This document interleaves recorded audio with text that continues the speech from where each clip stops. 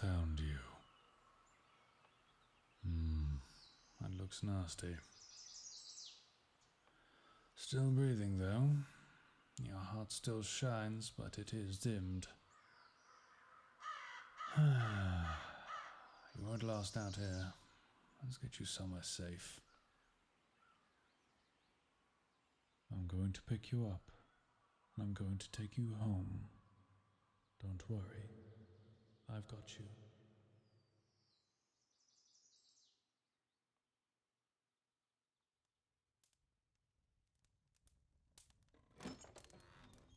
Hello, Archie. Keeping an eye on our patient, are we? Well, if you want to make yourself useful, you can let me know what you think of today's cooking.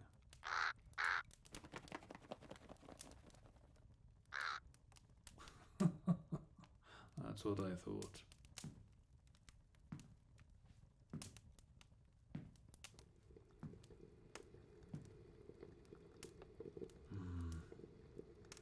More salt. There, better.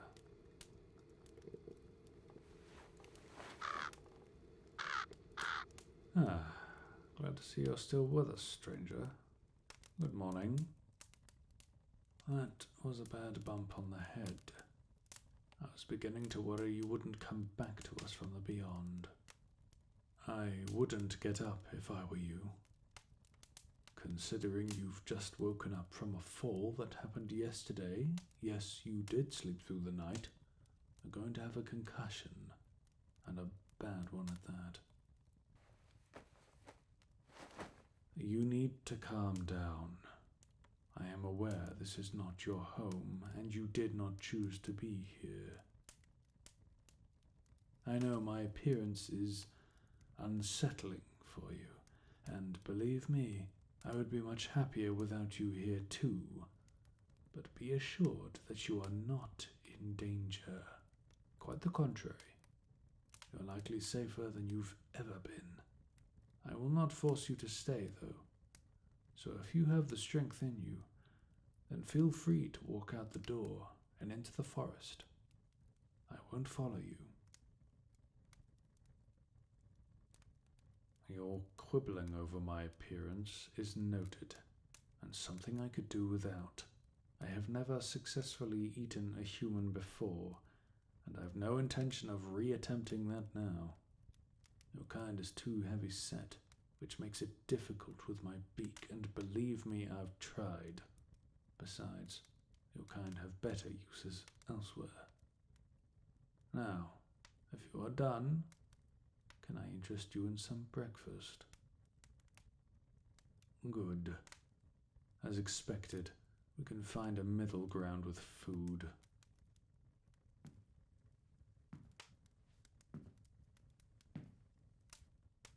Prop yourself up. There we are. Doctor's orders and whatnot. It's a broth. Simple but filling. Mostly vegetables and stock, which is more my speed. Not exactly what you'd have for breakfast usually, but it's rustic and will go down easy. It'll warm the cockles of your heart on a winter's day. Now, as you get settled in there, I'm going to ask you a question, and I'll need your honest answer. Don't fret. You're not at fault. I wouldn't have tucked you into bed with plans on giving you a good thrashing, would I? But it is something I'd like to know. I found you over the threshold of my domain. I do not have monopoly upon this land, but I do enjoy my privacy. Keeping myself secreted behind my art is one of the better ways of achieving that privacy. I maintain nothing as mundane as fences or signs that the Forest Commission use. Terrestrial means of declaration by their very existence mark themselves upon the map of local curiosities, so I prefer a more subtle approach to dissuading ramblers. Don't get me wrong.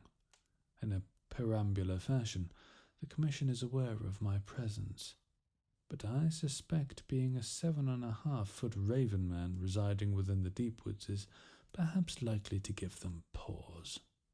But I digress. My curiosity is this. I'd like to know why you didn't feel the need to turn away from this place when you pressed beyond my boundary. My borders are not something I advertise freely, but you'll have known the moment you went over the line. I ask this not because you've done anything wrong, mind, but rather if my works require tending to. 50 or so years have passed since their installment. I had hoped they'd last at least another decade before they required inculcation. You will have encountered the whispering trees. I suspect they are what precipitated your injury, and I am not surprised. They provide comfort as cold as the grave, but that is by their design. They are taught to instill fear and discomfort, and thusly a deterrent. When you are lost already, anxiety will curdle into panic, and that is what you experienced, correct? That is correct. I made them. They are the trapped wills of the indebted, driven into the bark and given singular purpose. If I were to be reductive, they could be described as souls, but only if I wish to suggest a greater capacity for thought and individualism, something they lack, which is a mercy for them. Give them long enough, however, and they'll begin to congeal into something resembling a rudimentary mind of its own. Sometimes you must give the cage a good rattle to stop the pieces falling together.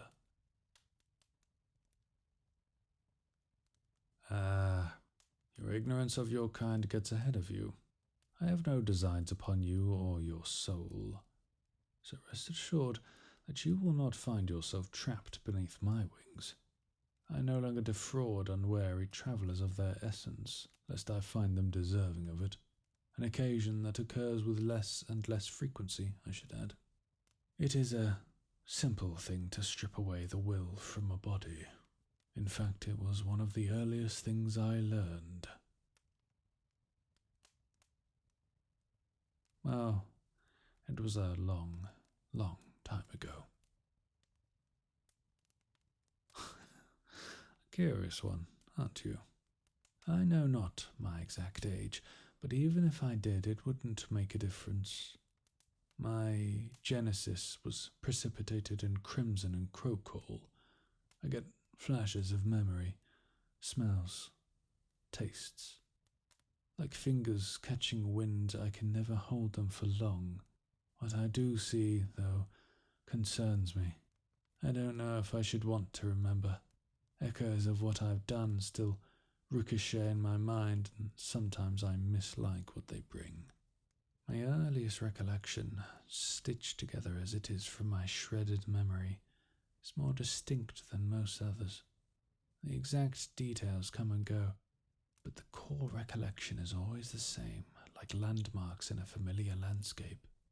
Men in armor, a meadow steeped in red, a white rose turned bloody, a feast for the carrion crow, and when it is all gone, I am alone in this charnel field.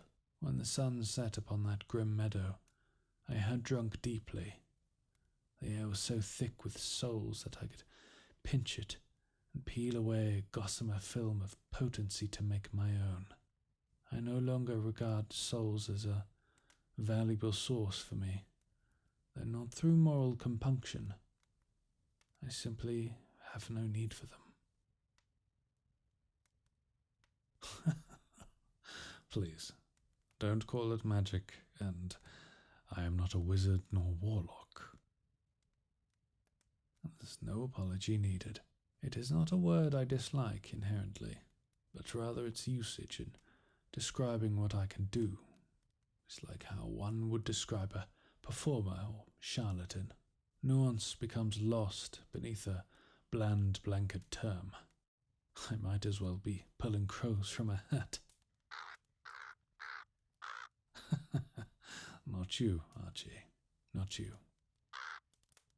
It is an art of a sort. A craft honed like any other, sharpened by practice, polished by discipline. And like many other arts, there are some with a natural predisposition for it. I should say This does not prevent others from learning or practicing. With enough discipline, anything can be achieved. I have, however, met a rare few practitioners, though often they would rather bargain with me than converse, and I find sycophants make for such dull company. Bargaining, that's correct, though I am no pedestrian merchant or salesman. I do not sell trinkets or baubles. I trade in power, of a kind. Knowledge. Knowledge is what I give. It is never much, a trifle really. An abundance at once will weigh upon their minds and crack it like a robin's egg. But it is always just enough to tilt their thoughts in such a way that they can elevate their understanding. The cost of my education, however, is rarely satisfied. Often it depends upon the contract. Some have been aware enough to shy away upon learning of the price. Others have refused the deal entirely. But some accept, and they pay the cost, or have others pay the cost for them. Those who do not pay cannot seek refuge from me, not even beneath the wings of the Aether, or within the ring domains. But do not concern yourself with those. Knowledge might be power, but death follows behind. Just know that I find them, and I take them. Consider my earlier words, and you will have your answer. There aren't many practitioners as a result, but they do exist. They tend to mislike one another, however. Each has their own ritualistic drivel that they believe is the root of their power. I'd never sought to dissuade them, as their habits amuse me, but their dogmatic fanaticism tends to create a friction in an already fractious relationship they have. This has often devolved into juvenile exchanges that I have benefited enormously from. I always ensure a return on my investments. I don't get lonely, per se, but when all you have for company is a crow in your thoughts, it is a little quiet. Sometimes you forget what the sound of another's voice is like. Oh, secrecy is a necessity for me. Where the upstart practitioners can show their face in public, they are still human after all. I cannot. To be as I am, as monstrous as I am, precludes even a suggestion of idle conversation with even the most unhinged. Please, you are kind, but understand it is easier this way to be so isolated. I do not wish for my home to become a circus for public consumption, nor the surrounding forest to be dismantled and littered by the insufferably curious. I am satisfied with my peace, considering the alternative. I have considered outing myself, but the cameras, the attention, the speculation of my every waking moment sours that idea quickly. I will say, however, that this has been good. I rarely have the company, nor share my thoughts. Being so isolated, one fails to calibrate their balance against the rest of the world, and I suspect that mine is very, very off. Ah, all finished. Let me get that for you. How was it? Thank you. You give me too much credit for one who has not cooked for so long. How are you feeling? Yes, I imagine you are quite tired. You should get some more rest. I may have mended your wounds, but the soft flesh inside I have left to knit together naturally. It is delicate work that I am not used to. I would rather not cause further harm by bumbling around in your skull with my foolishness. That is correct. I use the art to heal you, at least in part. Your paramedics would not find you, and even if they had, negotiating this terrain would be an impossible task to get you out in time, assuming that they were not turned away by the trees first. Though it has been decades since I weaved flesh, it is a form I am pleased to say I still retain. I will admit, however, it was a little touch and go for a time. I have turned death away once. I doubt she will permit me a second time. I have duties I must attend to, but I believe Archie is going to keep an eye on you. So, if you need anything, let him know. I will soon follow, and please feel free to settle yourself down before the fire. You will find your belongings in the bedside table. There is no phone data here, and that is partly deliberate, not just because we are so far away from town, but also because I dampened this place. Like I said, I like to keep myself private. Call me Crow for now. I don't have a name that fits, at least not one that fits this form of mine. It has been some time since I have taken a name of my own, and Crow feels appropriate, feathers and beak aside. Now, enough of this talk. I should let you get some more rest. I will be around if needed, but you seem comfortably wrapped up, and I am loath to disturb a patient. Goodbye for now, and rest well.